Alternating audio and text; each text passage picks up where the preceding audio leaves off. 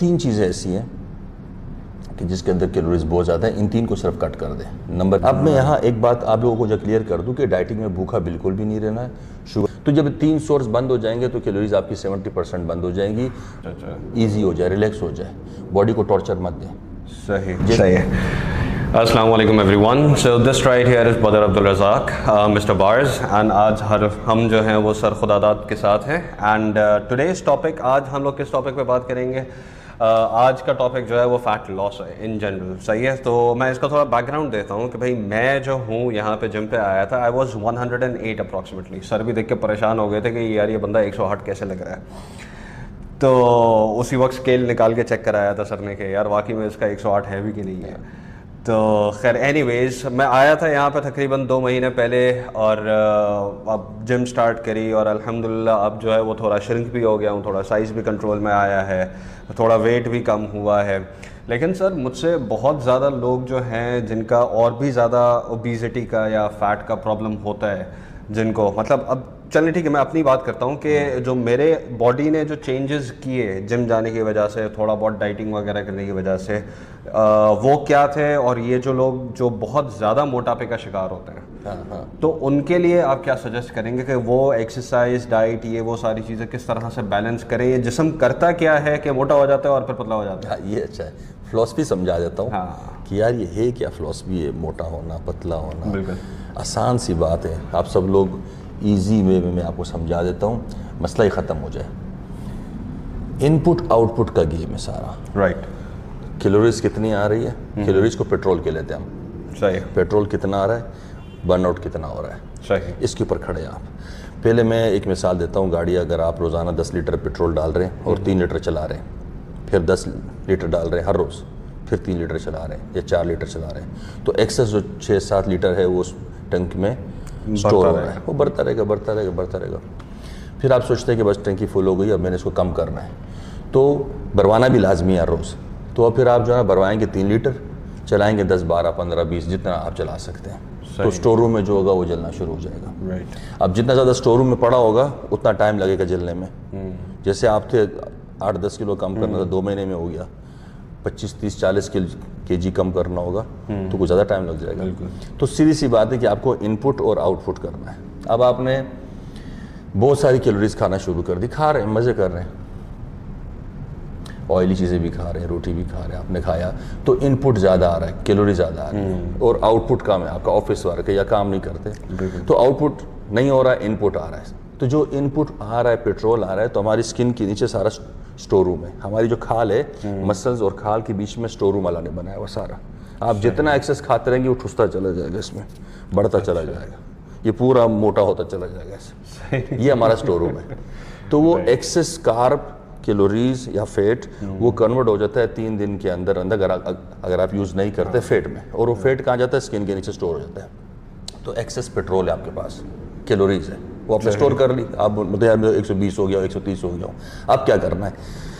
Simple सा है कि कैलोरीज को कम कर देंगे, पेट्रोल कम डालेंगे, काम लेना ज़्यादा शुरू कर देंगे बॉडी से, वो वापस जलना शुरू हो जाएगी। अब मैं यहाँ एक बात आप लोगों को जो क्लियर कर दूँ कि डाइटिंग में भूखा बिल्कुल भी नहीं रहना है।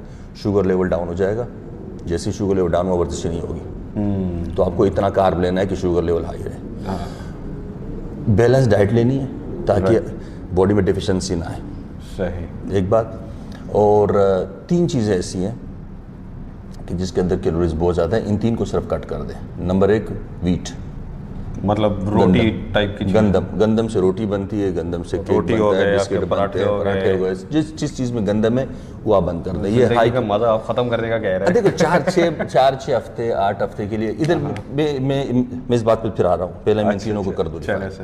तो पहले तो गंदम बंद कर दे, दूसरा चीनी बंद कर दे, और तीसरा जो है ना वो घी और तेल। ये 3 सोर्सेज जो हैं इनमें हाई कैलोरीज हैं। राइट। जब आप इन 3 को बंद करके बाकी सब कुछ खाएं तो आपने 70% कैलोरीज कम कर दी। डाइटिंग भी नहीं कर रहे आप, सब कुछ खा रहे हैं, फ्रूट्स ले रहे हैं, सब्जियां ले रहे हैं, एग्स वाइट ले रहे हैं, दूध ले रहे हैं, फ्रूट्स ले रहे हैं, सलाद ले रहे हैं, सब कुछ खाते रहे। जो आपका दिल करे बनाएं, मसाले डालें, जिस तरह चाय बना लें, उसमें ये 3 सोर्सेज मत डालें या बहुत कम कर दें। या घी तेल हल्का सा ऑयल डाल दिया, प्याज लाल कर दी। सही। तो जब 3 सोर्स बंद हो जाएंगे तो कैलोरीज आपकी 70% बंद हो जाएंगी और आउटपुट लेना ज़्यादा कर दे। चाहे वॉक करें, चाहे जिम जाए, चाहे कुछ भी करें। जिम इसलिए जाए कि जिम जाने से आपके शेप भी बनेगी, मसल स्ट्रेंथ भी आएगी, मसल साइज भी आएगा, खूबसूरती भी आएगी, वीक नहीं होंगे आप।